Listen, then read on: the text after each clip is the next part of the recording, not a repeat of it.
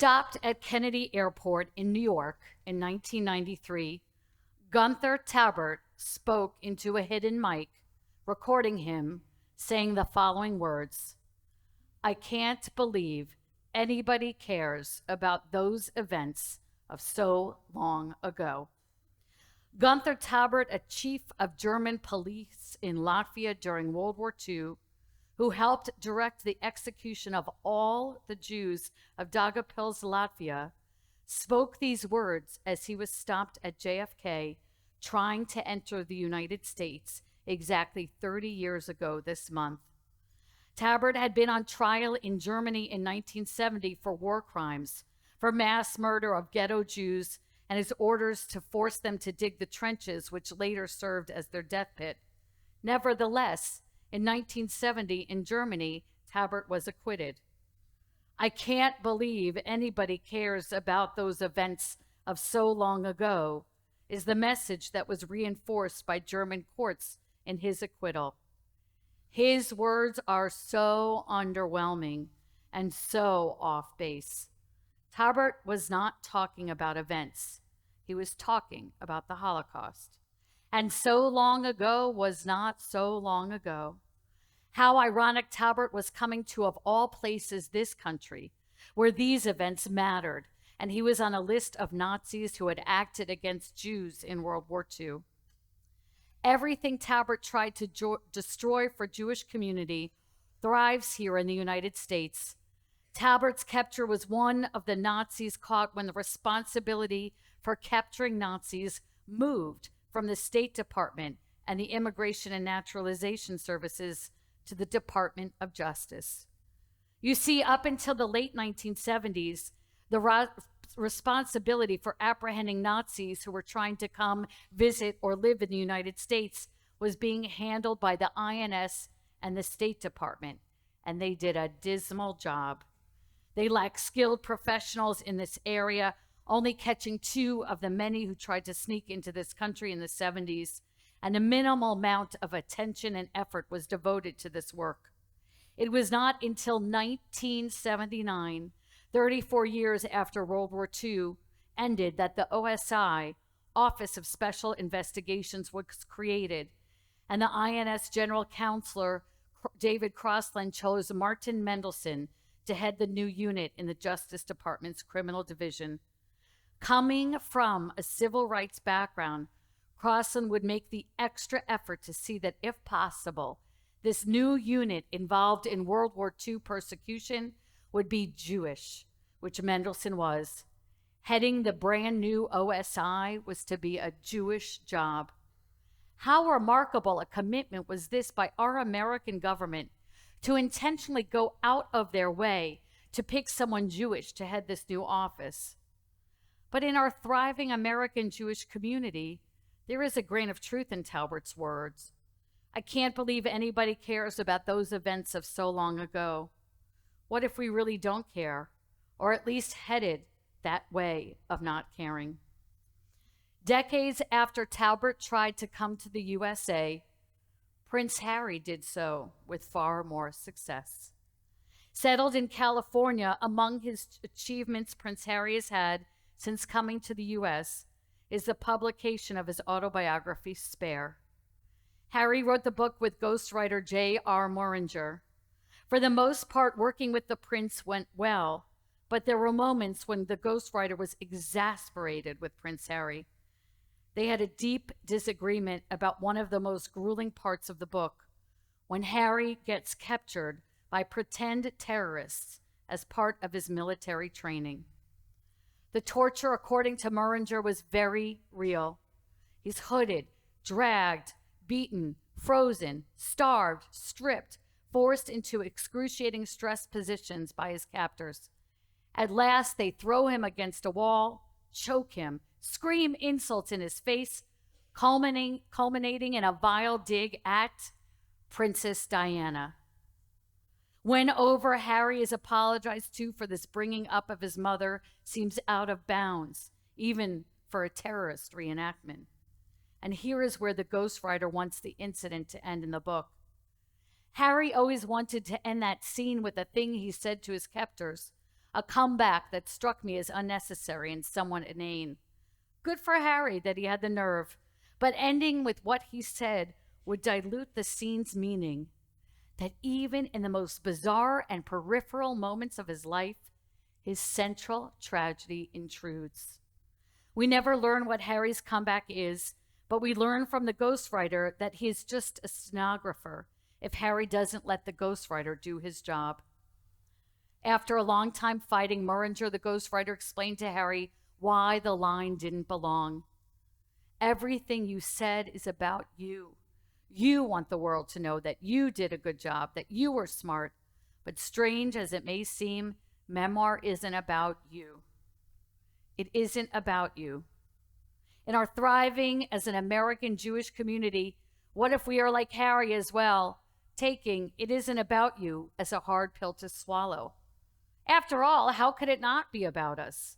If you had family in the United States before 1948, you have more American generations of Americans than Israelis have of Israeli generations. This American Jewish community is long-lasting, secure, and comfortable like no other. The Hartman Institute's Yehuda Kurtzer sees a downside that has arisen in this comfort, a thinning out of Jewish identity. Because we are so liberated as American Jews, many of us dwell along the tightrope of the Nazi and the prince, either the space of Talbert with no regard for the past, or we dwell in the place of Prince Harry, where our Judaism exists only at the moments where it is about us. We may be Jewish and mark Jewish events and celebrations in our lives, but we do it in a way that is convenient and not covenantal. In our comfort, we have created cocoons that have kept us from a deeper understanding of what it means to be part of the Jewish people.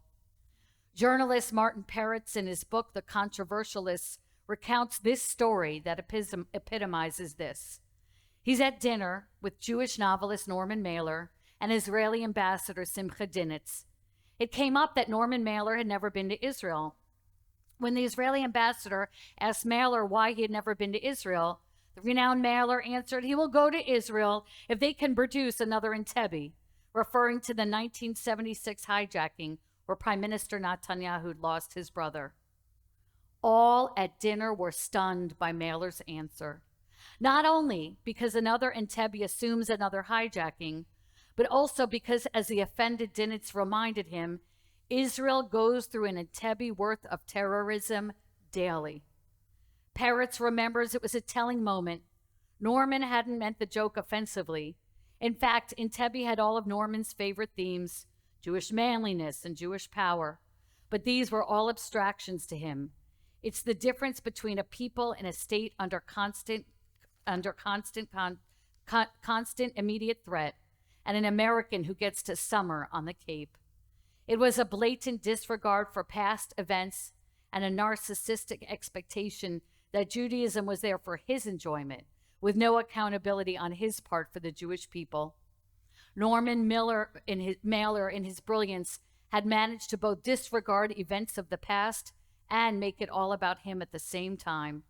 These attitudes could only arise here on this soil. The irony we live out is that the freedom as American Jews permits us to wrestle and question and ever wander away from Judaism.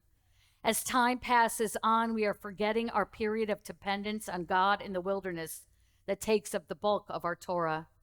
We today feel comfortable and strong, and so it is easy to forget the pharaohs and the Nazis.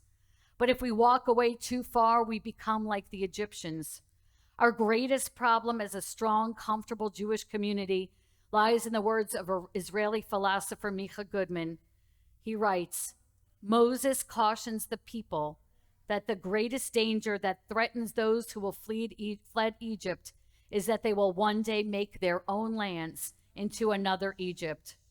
How do we battle these impulses and others that pull us away from Judaism? It's not easy. It takes work, real work, the work of a job, a Jewish job. To better clarify what our Jewish job is, I went to the person who perhaps has the most Jewish job of 2023.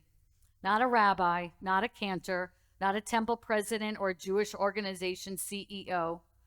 No, I would argue the most Jewish job today is held by Alan Poland. Who is Alan Poland? He is our Jewish Community Security Director. His work is part of SCN, Secure Community Network, a national network that empowers individuals and organizations to establish safety and security of Jewish communities through North America. I feel lucky we have him here, and also sad that he has to be here, but he does. So I asked him, in light of his incredibly important Jewish job, in his view, what was our Jewish job? He said, be alert, aware, and informed of what is going on in the Jewish world, and share your knowledge with others. It has become apparent from the time of Moses until today, there will always be people who will make it their job to destroy Judaism and increase suffering.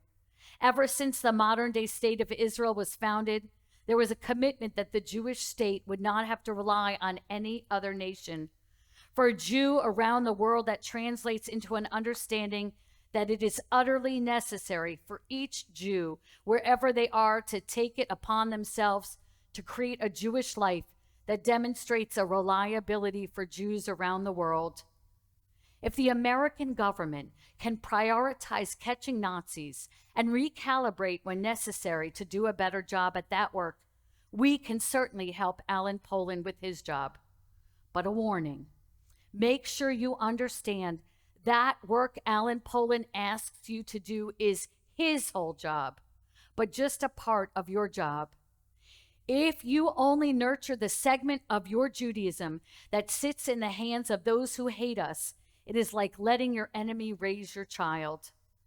And it is that nurturing of parenthood that rounds out our understanding of the other part of our Jewish job that Alan Poland doesn't tell you, but I do.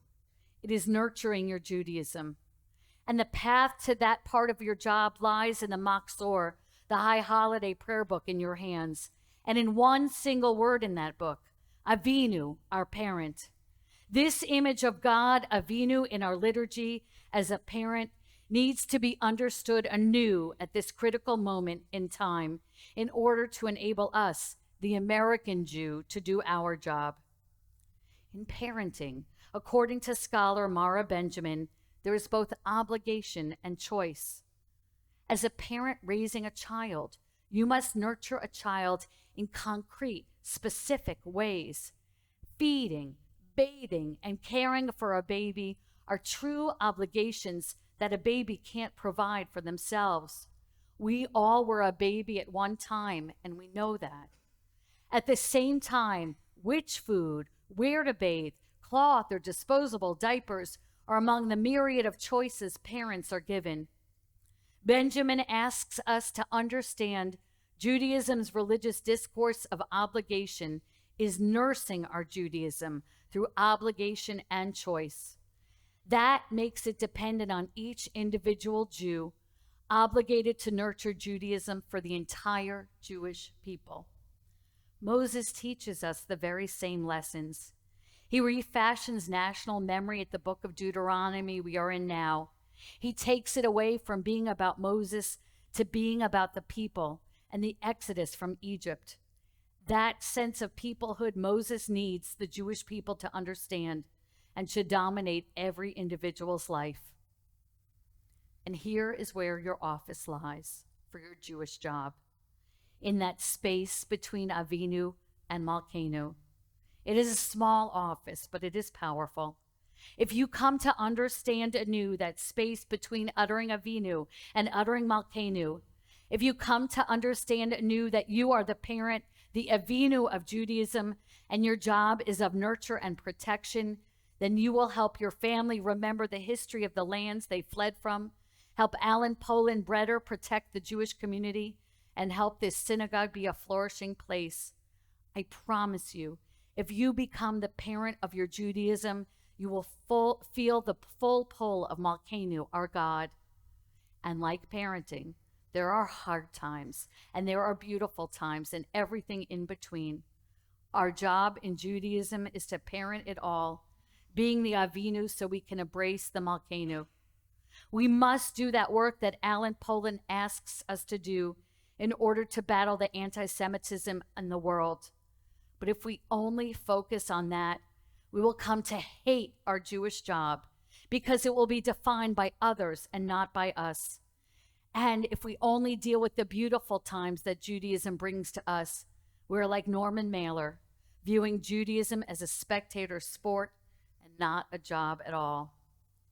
And so if you forget how to do your Jewish job, here are some words from a pro in his job that may help. 30 years ago, when Tom Hanks was filming Forrest Gump, they were filming that familiar park bench scenes of the movie. It was hot and uncomfortable in Savannah, Georgia, and after 27 days of shooting, Tom Hanks had enough of the brutal shooting conditions and blew up at Robert Zemeckis, the director. "Bob, man, I don't think anybody's going to care." After Bob calmed him down and reminded him that it takes constant work and effort and heart and soul to know what's good. And then Hanks remembered advice from Spencer Tracy, the Hollywood star of the 1940s, that Hanks had heard when he was 20 years old, just coming up as an actor. That advice: learn the lines, hit the mark, tell the truth. Embrace the Avinu, and the Malkeinu will feel so much closer and make the payoff of our Jewish job the most meaningful work we can do. The only thing that stands between learning the lines, hitting the mark, and telling the truth about our Jewish job is us. So let's get to work. Shana Tova and Som Kal, an easy fast.